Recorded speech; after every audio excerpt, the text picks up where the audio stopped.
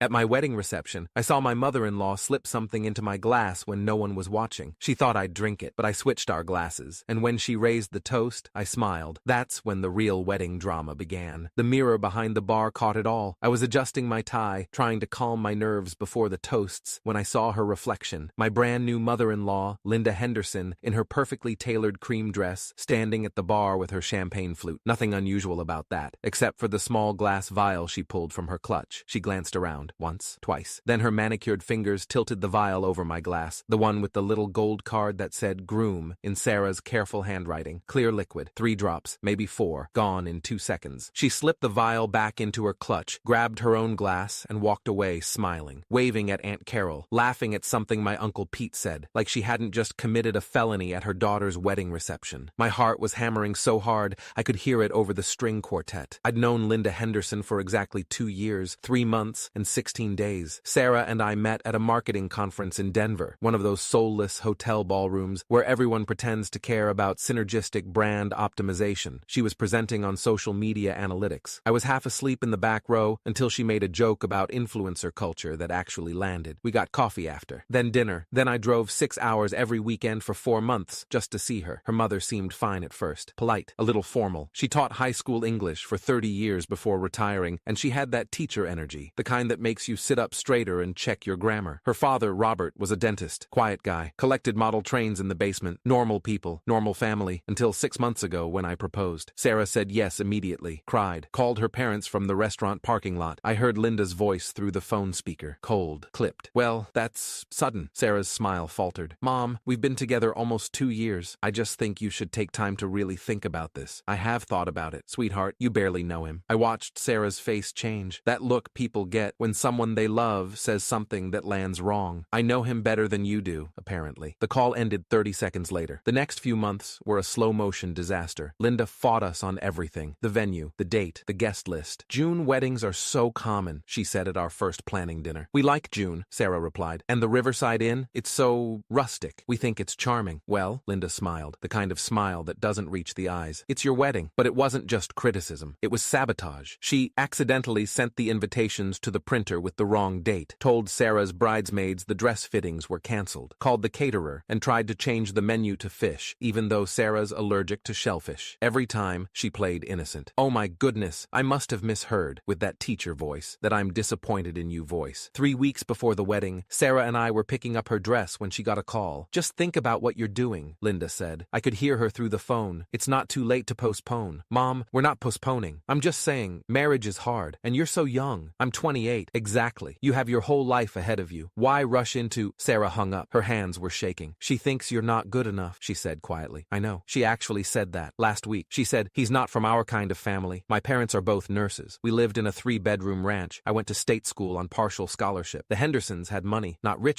but country club memberships and European vacations and a lake house in Wisconsin. She'll get over it, I said. Sarah looked at me. What if she doesn't? She didn't. The morning of the wedding, Linda showed up at the venue early. I was in the groom's suite with my best man, Marcus, when I heard her voice in the hallway. I need to speak with the event coordinator. Ma'am, we're just setting up. I'm the mother of the bride. This is important. I cracked the door. Linda was standing there in her robe and curlers, clutching a binder. The seating chart is wrong, she said. My sister needs to be at table 4, not table 7. The coordinator, a tired woman named Beth, who'd been setting up since 5 a.m., flipped through her clipboard. We finalized the chart 2 weeks ago based on your daughter's... I don't care what my daughter said. I'm telling you what needs to happen. Marcus whistled low. Dude, your mother-in-law is intense. She tried to get Sarah to cancel, I said. Seriously? Seriously. Why? I shrugged. I'm not good enough, apparently. You're a senior analyst at a Fortune 500 company. Yeah, but my dad's not a dentist. Marcus laughed, then stopped. Wait, you think she'd actually try to ruin the wedding? I think she'd love to ruin the wedding. He looked at me. You're paranoid. Maybe. But 3 hours later,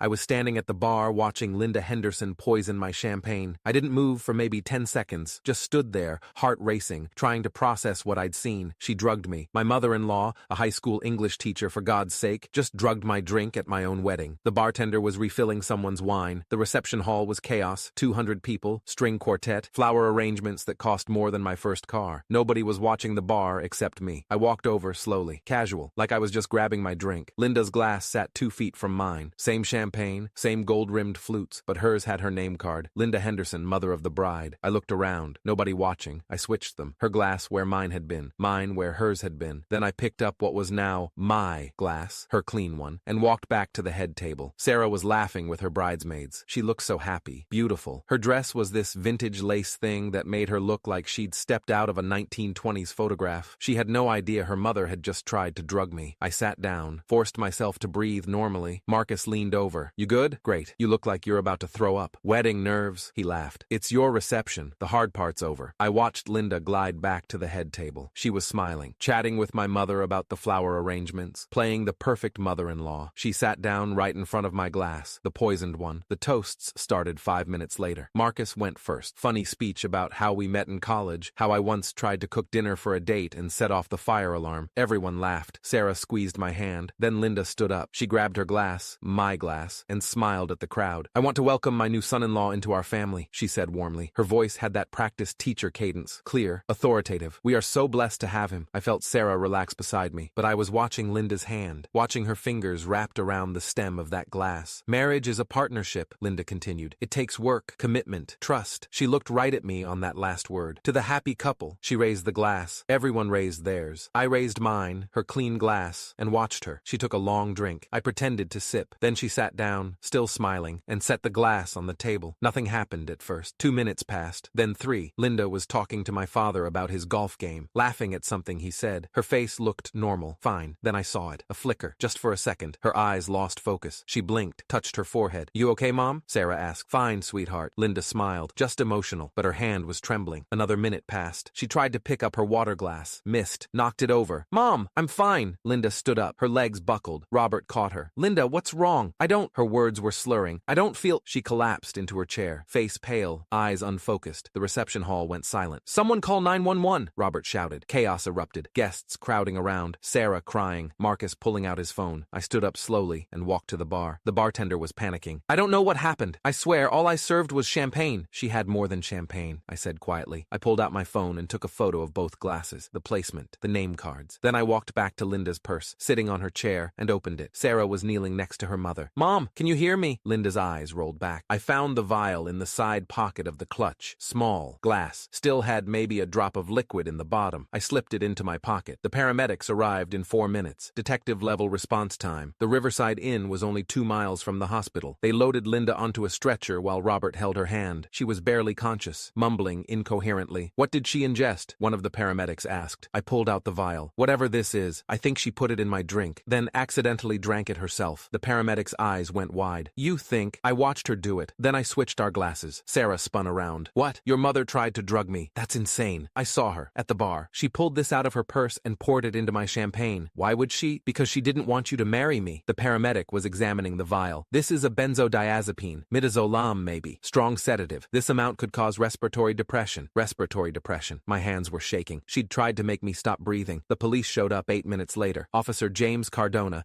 badge number 447, took my statement while Robert rode with Linda in the ambulance. Walk me through exactly what you saw, he said. I told him. The mirror, the vial, the switch. And you still have the vial? I handed it over in a napkin. I didn't touch it directly. Thought you might want prints. He looked at me. Really looked. You work in forensics? Corporate analytics. But I watch a lot of procedural dramas. He almost smiled. Then put the vial in an evidence bag. Did anyone else witness this? The bartender can confirm I switched the glasses, and there might be security footage. The venue has cameras at the bar. We'll check. He flipped his notebook closed. I need you to come to the station tomorrow for a formal statement. Am I under arrest? No. But if your mother-in-law dies, this becomes a homicide investigation. My stomach dropped. Sarah grabbed my arm. She's not going to die. Ma'am, we don't know what she ingested yet. The hospital will run a tox screen. He looked at me. Don't leave town. Then he was gone. The reception was over. 200 guests filed out in stunned silence. The string quartet packed up. The caterers cleared untouched cake. Sarah and I sat alone at the head table. She tried to kill you, Sarah said. Sedate me, maybe. I don't think she wanted me dead. What was the plan? You pass out at our wedding? In front of everyone? Maybe she thought I'd just seem drunk. Embarrass myself. Embarrass you. Give you a reason to leave. Sarah's hands were shaking. I can't believe. She stopped. Actually, I can. She told me last week that marrying you was the biggest mistake of my life. You didn't mention that, because I thought she'd get over it. Tears were streaming down her face. I thought after the wedding, she'd see how happy we are and just accept it. She tried to drug me instead. I know. We sat there in silence. Marcus came over. Cops are checking the security footage now. Beth, the coordinator, said there's a camera aimed right at the bar. Good. Also, the hospital called. Linda's stable. They pumped her stomach. She's going to be okay. I felt a wave of relief I didn't expect. I didn't want her dead. I just wanted her away away from us. We went to the hospital anyway. Robert was in the waiting room. He looked like he'd aged 10 years in the last hour. She's awake, he said, asking for Sarah. We followed him to Linda's room. She was propped up in bed, pale and shaky, with an IV in her arm. When she saw me, her face hardened. What is he doing here? Mom, he saved your life, Sarah said. Saved my... Linda laughed. It sounded bitter. He poisoned me. You poisoned yourself, I said calmly. You put something in my drink. I switched our glasses. That's absurd. We have security footage. Her face went white. The police are reviewing it right now, I continued. You're on camera, at the bar, with the vial. Robert stepped forward. Linda, tell me this isn't true. She didn't answer. Linda, I was trying to help Sarah, she said finally. Her voice was quiet, teacher voice, disappointed. She was making a mistake. By drugging him, I wasn't going to hurt him, just make him sick, embarrass him, show Sarah who he really was, who I really am. I felt anger rising. You don't even know me. I know your type, my type. Social climbers, users. You saw Sarah's family, our money, and I make $85,000 a year, I said. I paid for half this wedding myself. I don't need your money. Then why? Because I love your daughter, Linda laughed. Love? You're 26, 28. You have no idea what marriage takes. What happens when the romance fades and you're left with work. So you tried to poison me. I tried to save my daughter from a mistake. Sarah was crying. You don't get to decide that. I decide who I marry. I decided him. Sweetheart, don't. Sarah's voice cracked. Don't call me that. Not after this. Officer Cardona appeared in the doorway. Mrs. Henderson? Linda looked at him. You're under arrest for attempted assault with a controlled substance. The security footage was clear as day. I watched it at the police station the next morning. My wedding day +1. Marcus came with me for moral support. There was Linda at the bar, 2:47 p.m. Timestamp in the corner. She looked around twice. Then she pulled the vial from her clutch. 3 drops into my glass. The bartender wasn't looking. Neither was anyone else. She slipped the vial back, grabbed her glass, and walked away. 2 minutes later, I appeared in frame, switched the glasses, walked away. Open and shut, Officer Cardona said. DA's filing charges this afternoon. What's the charge? Attempted assault with intent to cause bodily harm. Possession of a controlled substance with intent to distribute. Could be 5 to 7 years. 5 to 7 years. My mother-in-law was going to prison. The news hit social media within hours. Mother-in-law arrested for poisoning groom at wedding reception. My phone exploded. Texts, calls, emails from reporters. Sarah and I ignored all of it. We went on our honeymoon anyway. 2 weeks in Scotland we'd planned for months. It felt surreal. Hiking through the Highlands, touring castles, trying to pretend the last 48 hours hadn't happened. Do you think she'll actually go to prison? Sarah asked one night. We were in a pub in Edinburgh, rain drumming on the windows, whiskey warming my chest. I don't know. Part of me hopes she doesn't. Yeah, she's my mom. Sarah's voice broke. Even after everything, she's still my mom. I took her hand. I know. But another part of me... She stopped. Another part of me hopes they lock her up forever. Linda took a plea deal 3 months later. Her lawyer argued diminished capacity, claimed she'd been on antidepressants that affected her judgment. The DA wasn't buying it. The judge sentenced her to 2 years in county jail, eligible for parole after 18 months. Sarah didn't attend the sentencing. Neither did Robert. He filed for divorce 2 weeks after the arrest. 32 years of marriage. Gone. I went, though. Sat in the back of the courtroom with Marcus. Linda looked smaller somehow. Older. Her hair was gray. She'd stopped dyeing it. No makeup. County jumpsuit instead of designer dresses. When the judge asked if she had anything to say, she stood up. I just wanted what was best for my daughter. The judge, a woman in her 60s with steel gray hair, leaned forward. Mrs. Henderson, I've been on this bench for 23 years. I've seen a lot of parents claim they were protecting their children while actually destroying them. She paused. What you did wasn't protection. It was control, and it was criminal. I know, do you? Because your daughter is here today. She submitted a victim impact statement. Would you like to know what it says? Linda didn't answer. The judge read it anyway. My mother taught me about grammar and literature and how to write thank you notes. She taught me to work hard and value education. But she also taught me that love is conditional, that her approval matters more than my happiness, that I'm not capable of making my own choices. I'm not here today because I don't know what's too painful. I'm not here because I'm building a life with someone who actually trusts me to know my own mind. I hope she gets help, but I don't forgive her. The courtroom was silent. Linda was crying. The judge sentenced her to 24 months. As they led her away in handcuffs, she looked back once, not at me, at the empty seat where Sarah should have been. Sarah and I got the video from the courthouse. We watched it once, together, in our apartment, the one we'd just moved into, 20 minutes from her old neighborhood, 400 miles from her mother. When it ended, Sarah closed her laptop. Do you regret it? She asked, switching the glasses. No. Even knowing she'd go to prison? She made that choice, not me. But if you'd just, I don't know, knocked the glass over, confronted her, she still drugged me. The crime still happened. Sarah was quiet for a long time. I miss her, she said finally. I know. Is that crazy? She tried to hurt you and I still miss her. She's your mom. That's not crazy. I don't think I'll ever forgive her. You don't have to. She leaned against me. Thank you. For what? For not making me choose. I'd never make you choose. She did. Every day. And you never have. We sat there in the dark. Outside, cars passed. Sirens sirens in the distance, normal city sounds. Inside, we were building something new, something that didn't require poison to survive. 18 months later, Linda was released on parole. Sarah got a letter, her mother's handwriting, 3 pages. She read it once, then put it in a drawer. What did it say? I asked. That she's sorry, that she's in therapy, that she wants to meet for coffee. Are you going to? I don't know. Sarah looked at me. Would you be okay if I did? It's not about what I'm okay with. Yes, it is. No, I said. It's about what you need. If you want to see her, see her. If you don't, don't. Just like that? Just like that. She smiled. Small, sad. She was right about one thing, Sarah said. What's that? Marriage is work. Yeah? But it's the good kind of work. The kind that builds something instead of tearing it down. I kissed her forehead. For what it's worth, I'd marry you again. Even knowing what happens at the reception? Especially knowing. Best wedding toast I ever saw. She laughed. Actually laughed. You're terrible. You married me anyway. I did. She picked up the letter, held it for a moment, then put it back in the drawer. I'm not ready yet. Maybe someday, but not yet. Okay. Is that really okay? Sarah, you get to decide. That's the whole point. She kissed me, long and soft. Outside, the sun was setting, gold light through the windows. We'd survived the worst thing either of us could imagine, and we were still here, still building, still choosing each other. The letter stayed in the drawer for another year. By the time Sarah was ready to read it again, we had a daughter, and Linda had a choice to make too. Be the grandmother we needed, or stay gone. But that's a different story. This one ends at the wedding, with switched glasses, with justice served, with Sarah squeezing my hand in the courtroom and whispering she really should have checked which glass was which, and me smiling, because sometimes the best revenge isn't elaborate. Sometimes it's just letting someone drink their own poison.